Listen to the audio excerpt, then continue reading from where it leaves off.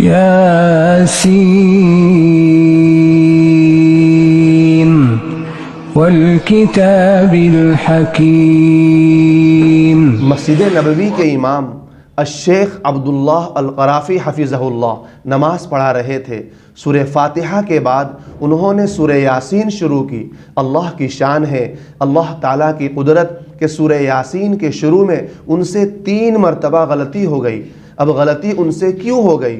غلطی کی کیا وجہ ہے؟ کیا وہ حافظ نہیں ہے؟ الحمدللہ وہ حافظ ہے۔ کیا ان کا مقام نہیں ہے؟ الحمدللہ ان کا بہت بڑا مقام ہے۔ امام حرم ہونا یہ بہت بڑا شرف ہے۔ تو غلطی کیوں ہو گئی؟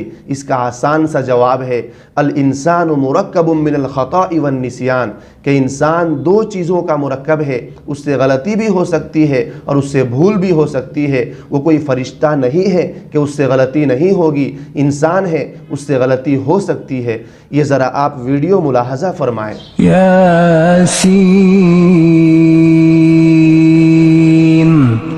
والکتاب الحکیم۔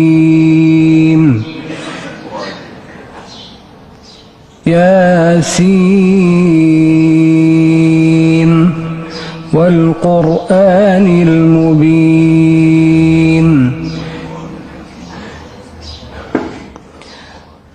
یاسین والقرآن الحکیم إنك لمن المرسلين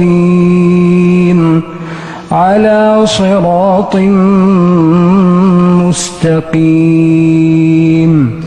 تنزيل العزيز الحكيم